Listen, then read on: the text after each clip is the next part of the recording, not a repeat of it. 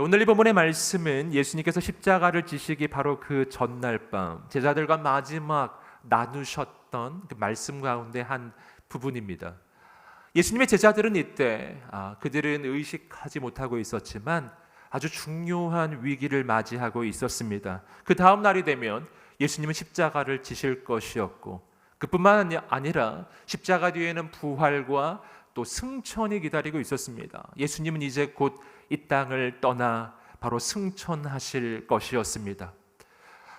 예수님은 육신을 입고 이 땅에 오셨던 분이시기 때문에 그분이 승천하신다라고 하는 것은요, 적어도 이후로는 육신의 눈으로는 예수님을 더 볼 수 없게 됨을 의미하는 것이었습니다.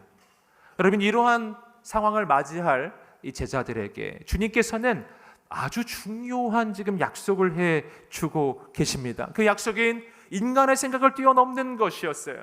이제 예수님은 이제 멀지 않아 이 땅을 떠나 승천하실 예정이었지만, 그러면 주님을 다시 못 보게 되는 것이 아닌가 생각하게 될 것이지만, 그러나 주님은 이렇게 약속하셨어요. 내가 너희와 영원히 함께 하리라. 할렐루야. 이 땅을 떠나 승천하셨는데 어떻게 영원히 함께 하십니까? 말씀이 그 해답을 말해줍니다. 주님께서는 이 땅을 떠나시겠지만 성령을 보내주시고 그 성령을 통하여 우리와 영원히 함께 하신다는 것이었어요. 그뿐만이 아니라 그분이 이제 주의 영으로 오실 때는 우리 옆이 아니라 우리 안으로, 우리의 인생, 우리의 영혼 안으로 임하여 주신다는 놀라운 약속입니다. 내 안에 오신 그 주님과 함께 우리는 영원히 사랑하고 동행하게 될 것입니다. 그리고 이렇게 내 안에 오신 주님과 사랑의 교제를 나눌 때 놀라운 영적 변화가 일어나는데, 그 사랑으로 우리는 주의 말씀에 순종하게 된다는 것입니다. 할렐루야. 여러분, 말씀이 선포될 때 이러한 하나님의 역사가 일어나게 되기를 주님의 이름으로 축복합니다. 우리 안에 오신 주님과 영원히 동행하며 우리를 사랑하시는 주님을 사랑함으로 순종하게 되기를 축복합니다. 여러분, 그렇다면 어떻게 이러한 역사는 일어날까요? 말씀을 통해 두 가지 영적인 교훈을 나누겠습니다. 첫 번째입니다. 우리 안에 계신 주님과 영원히 동행하십시오. 선포하겠습니다. 시작. 우리 안에 계신 주님과 영원히 동행하십시오. 우리 본문 말씀 15절 다시 읽어보겠습니다. 시작. 너희가 나를 사랑한다면 내 계명을 지킬 것이다. 아멘. 주님의 말씀을 지키는 주님의 제자의 길, 주님을 따라가는 그 제자의 이 삶을 살기 위해 무엇보다 중요한 것을 주님은 먼저 말씀하십니다. 너희가 나를 사랑하면 나의 계명을 지키게 될 것이다. 즉, 사랑이 이 모든 것의 시작이었습니다. 주님을 사랑할 때 우리는 주님의 제자의 길을 걸어갈 수가 있다는 것이죠. 그리고 이어지는 말씀에서 이 사랑, 주님과 우리 사이에 이루어지는 세상이 알 수 없는 그 사랑이 어떻게 이루어지는가 하는 걸 주님 말씀해 주셨습니다. 이어지는 16절 읽어보겠습니다. 시작. 내가 아버지께 구할 것이니 아버지께서 너희에게 다른 보혜사를 보내셔서 너희와 영원히 함께 있도록 하실 것이다. 아멘. 주님은 약속해 주고 계십니다. 이제 곧 주님은 이 땅을 떠나 승천하시게 될 것이지만, 그러나 주님은 그 대신 이 땅에 보혜사를 보내주시리라. 여러분, 여기서 말하는 이 보혜사는 누구를 가리키는 것입니까? 바로 성령님을 가리키는 거예요. 바로 이 땅에 오셨던 예수님은 승천하시지만 성령님을 이 땅에 보내주셔서 그 성령님이 우리와 영원히 함께 하신다는 것이었습니다. 여러분, 성령님은 누구신가요? 성령님은 삼위일체로 하나님이신 분이세요. 성부 하나님, 성자 예수님과 그 권능과 영광과 위엄이 전혀 다르지 않으신 동일하신 위대하신 성령 하나님이세요. 그러므로 성령님을 보내주신다는 것은 바로 하나님이 임하여 주신다는 것입니다. 이것이 오늘 우리를 향한 약속입니다. 여러분, 그리고 예수님께서 바로 이 성령을 우리에게 약속해 주실 때, 여러분, 성령이 우리에게 오시는 것은 바로 우리에게는 더욱 유익한 것이라고 주님은 또한 요한복음 또한 16장에서도 말씀해 주셨습니다. 왜 그럴까요? 왜냐하면 예수님은 이 땅에 계실 때 적어도 성육신하여 오셨기 때문에 여러분 육신을 가지고 계신 분이셨습니다.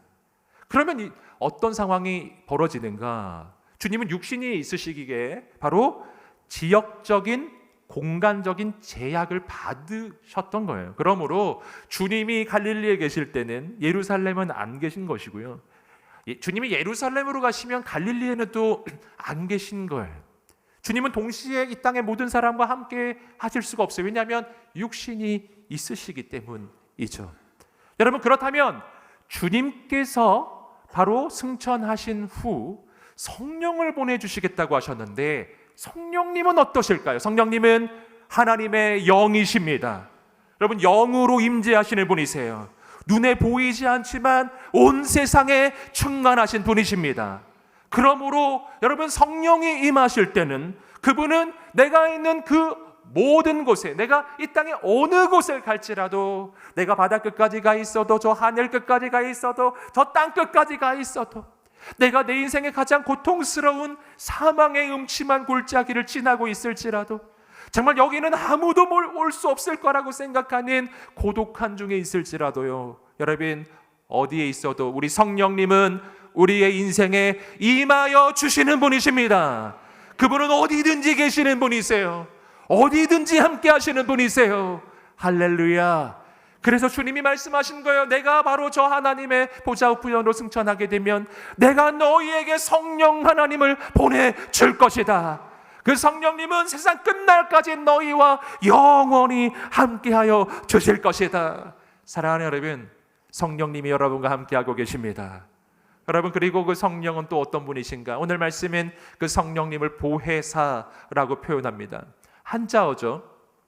이 말씀의 의미는 뭐냐면 우리를 보호해 주시고 그리고 우리에게 은혜를 베푸시는 분이란 뜻이에요. 그래서 보혜사인 것입니다. 여러분, 이것은 또한 헬라어 파라클레토스의 바로 번역된 말인데요. 그 파라클레토스는 무슨 뜻일까요? 파라는 곁으로란 뜻이에요. 그리고 클레토스 하면은 부름받은 존재를 얘기해요. 곁으로 부름받은 사람. 여기서 그 의미가 어떻게 파생되냐면 바로 내 옆에서 바로 나를 위로해 주시는 분이에요. 위로자, 상담자, 변호자, 이런 뜻을 가지는 것이 파라클레토스예요. 바로 성령은 우리에게 그런 분이시라는 것입니다. 여러분, 성령은 우리 가운데 오셔서 우리가 악한 원수로부터 정죄를 당하고 있을 때 우리를 변호해 주시는 그분이 바로 성령님이십니다. 여러분, 그 성령님은 또 어떤 분이신가? 내 인생이 절망하고 좌절하고 낭망해 있을 때 세상이 줄 수 없는 위로로 우리를 위로해 주시고 용기를 주시고 격려해 주시는 분이에요. 여러분, 오늘 우리의 인생이 갈 길을 몰라 헤매이고 있을 때 여러분, 온 우주 최고의 상담자가 되시는 그분, 온 우주 최고의 카운셀러가 되시는 바로 그분이 우리에게 오셔서 갈 길을 보여주실 것입니다. 이분이 성령님이세요. 사랑하는 여러분, 성령님이 우리 가운데 임하십니다. 여러분, 그분과 함께 동행하며 오늘 우리가 용기를 내게 되기를 주님의 이름으로 축복합니다. 또 성령님은 어떤 분이신가요? 말씀은 또 이렇게 말해줍니다. 17절을 읽어보겠습니다. 시작. 그분은 진리의 영이시다. 세상은 그분을 볼 수도 없고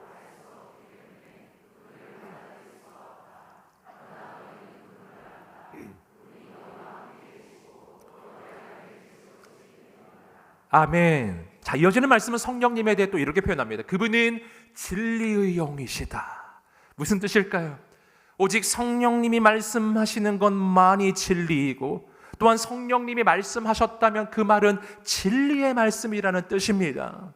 여러분, 뒤집어서 말하면 어떤 뜻인가? 바로 악령들, 바로 마귀와 귀신들이 하는 이야기는 전부 거짓말이라는 거예요. 여러분, 악한 마귀, 악한 귀신은 거짓의 영들이에요. 여러분, 그렇기 때문에 하나님이 주시는 말씀은 정말 믿어지지 않고 거짓말처럼 보여도 그 말이 진리인 것입니다. 반대로 악한 마귀가 속삭여주는 말은 항상 너무 좋아 보여요. 너무 매혹적이고 유혹적이에요. 정말 그럴듯해요. 하지만 그 말은 전부 거짓말인 것입니다. 여러분, 그러므로 악한 마귀가, 악한 영들이 여러분 오늘 우리의 마음속에 속삭이는 그 말 듣지 않으시기를 주님의 이름으로 축복합니다. 여러분, 악한 영들은, 이 세상은 우리에게 끊임없이 죄악의 유혹의 말을 끊임없이 내 안에 속삭일 것입니다. 이렇게 하면 이익이 될 거라고, 이렇게 하면 쾌락이 있을 거라고, 죄악의 유혹을 끊임없이 속삭이는 거예요. 너무 좋아 보이지만 그 말 따라가면 망하게 될 것입니다.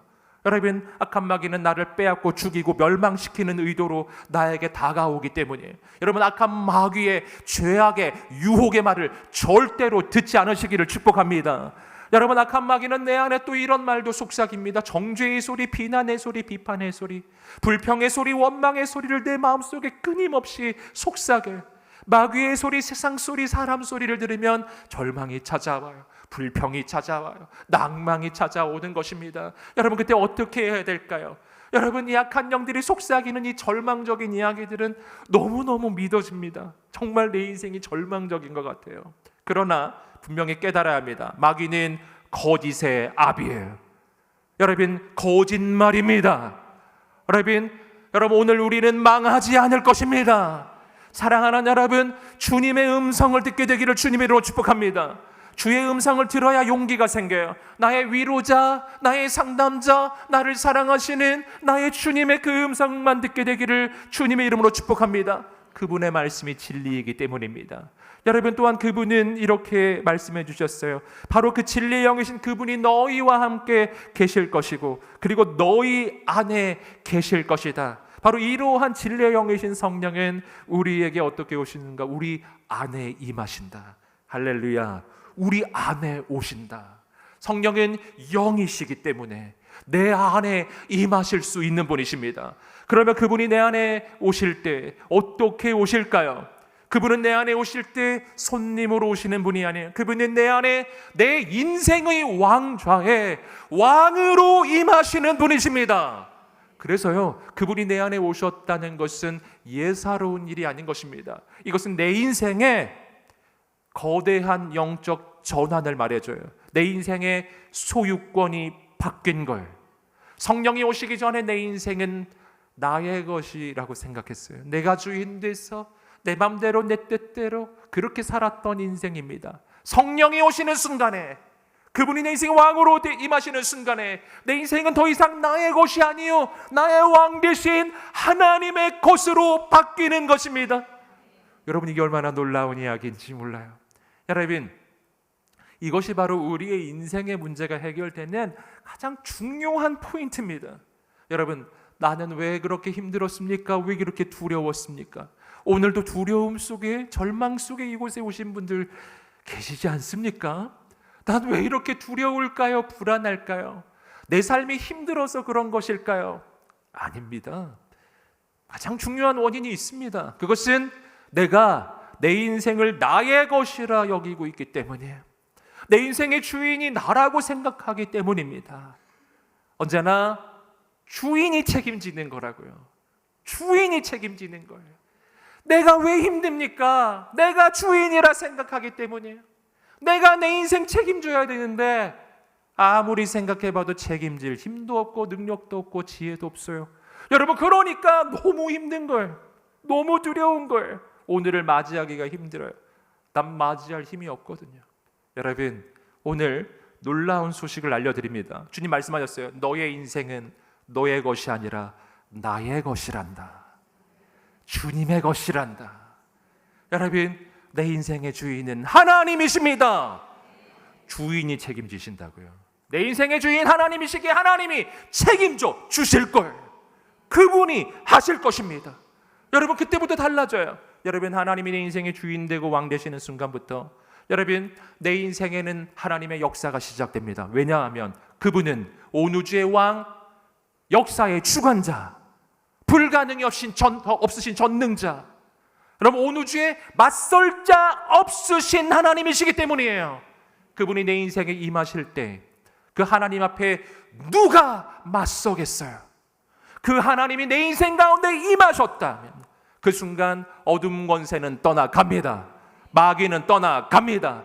악한 영은 떠나갑니다. 빛이 비치면 어둠이 떠나가는 것처럼이에요. 여러분, 하나님께서 우리 인생의 왕으로 임하여 주셨습니다. 그리고 영원히 함께 하신다고 약속해 주셨어요. 여러분, 그리고 주님은 또 놀라운 말씀을 해주십니다. 18절 19절 계속 읽어보겠습니다. 시작. 나는 너희를 고아처럼 내버려두지 않고 너희에게 다시 오겠다. 조금 있으면 세상은 나를 보지 못하겠지만 너희는 나를 볼 것이다. 내가 살아있고 너희도 살 것이기 때문이다. 주님 놀라운 약속을 계속해 주시면 나는 너희를 고아처럼 버려두지 아니하리라.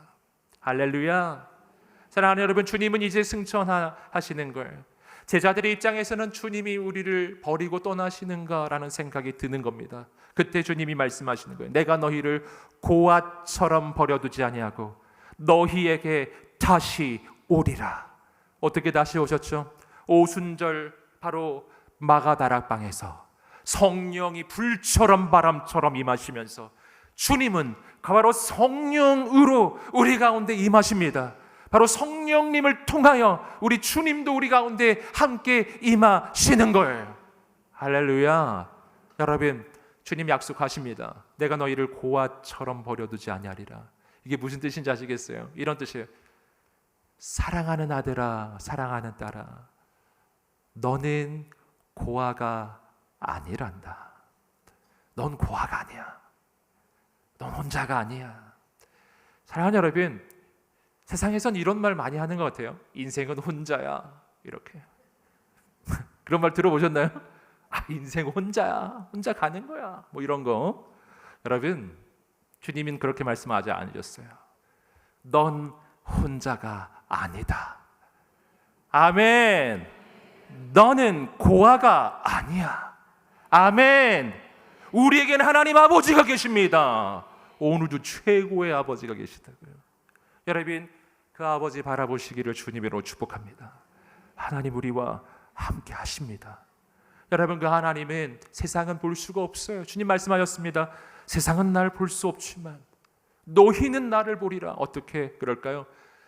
하나님은 믿음으로만 보는 것이기 때문이에요. 믿음이 없으면 보이지 않습니다. 하지만 주님을 믿는 믿음으로 보는 거예요. 여러분, 우리 가운데 믿음이 있으시기를 주님의 이름으로 축복합니다.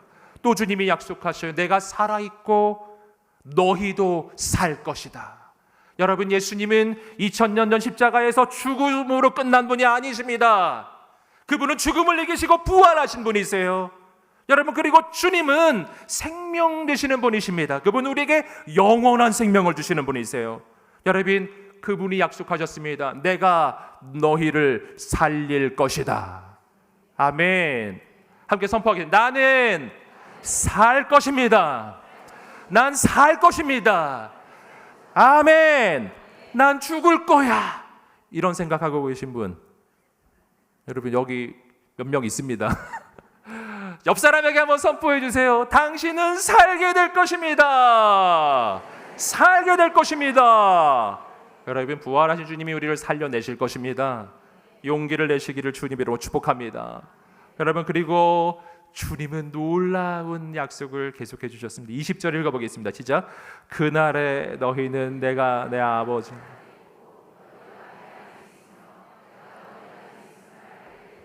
아멘. 자, 성령이 우리 가운데 임하실 때 하나님과 우리 사이에 이루어지는 놀라운 영적 이 관계를 보여줍니다. 주님은 내 안에, 내가 주님 안에, 그리고 주님은 아버지 안에. 어떻게 되는 겁니까? 주님은 내 안에, 내가 주님 안에, 다시 주님이 아버지 안에 계시게 나도 아버지 안에 있고 삼위일체 하나님의 그 아름다운 교제 속에 내가 들어갑니다. 여러분, 여기서 먼저 주님은 내 안에, 내가 주님 안에 있다. 이 말이 얼마나 신비로운 말인지 모르겠습니다. 어떻게 이런 것이 이루어질 수 있죠? 세상엔 이런 게 없어요. 여러분, 그런데 주님은 그렇게 말씀해 주십니다. 여러분, 먼저 주님은 어떻게 내 안에 계신가요? 바로 그분은 눈에 보이지 않지만 살아서 역사하시는 영이시기에, 하나님은 영이시기에 내 안에 임하십니다. 그리고 내 안에 오셔서 나와 영원히 사랑하시는 것입니다. 할렐루야.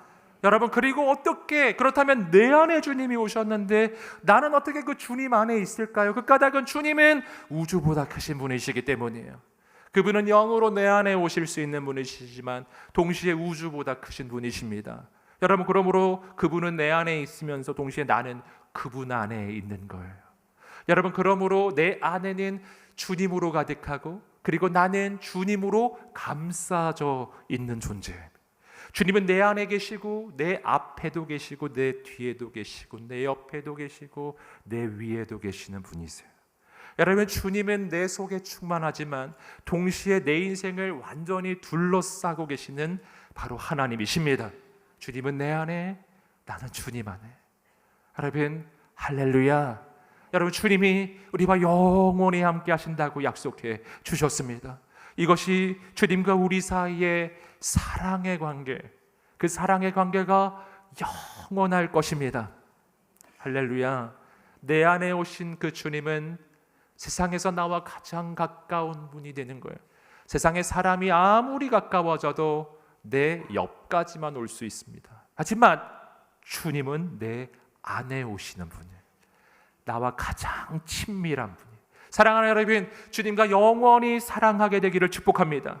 우리 안에 오신 주님과 영원히 동행하게 되시기를 주님의 이름으로 축복합니다. 두 번째입니다. 두 번째는 사랑으로 순종하십시오. 선포하겠습니다. 시작. 사랑으로 순종하십시오. 다시 위로 올라오셔서 15절 읽어보겠습니다. 시작. 너희가 나를 사랑한다면 내 계명을 지킬 것이다. 아멘. 사랑한다면, 우리가 앞서서 보셨죠? 사랑하기에 바로 하나님 말씀을 지키리라 라고 말씀해 주셨고, 그 사랑이 어떻게 이루어지는지를 우리는 이어지는 말씀에서 확인한 것입니다.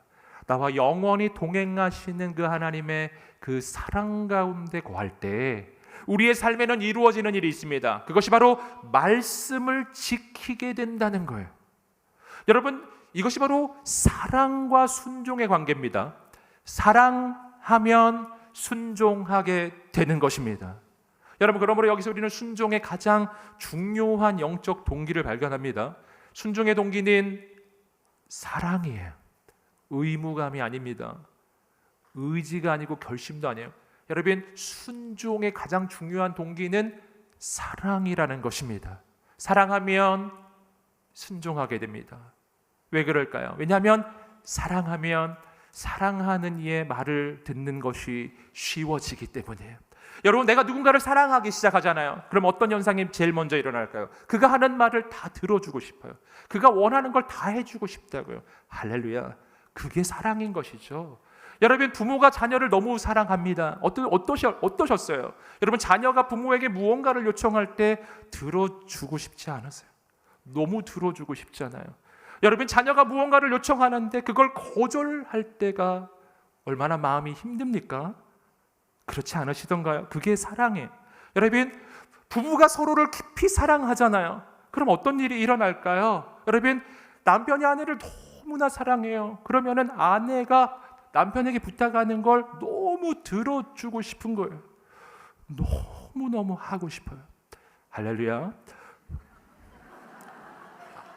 그걸 안 하면 막 가슴이 찢어지게 아프고 막 할렐루야.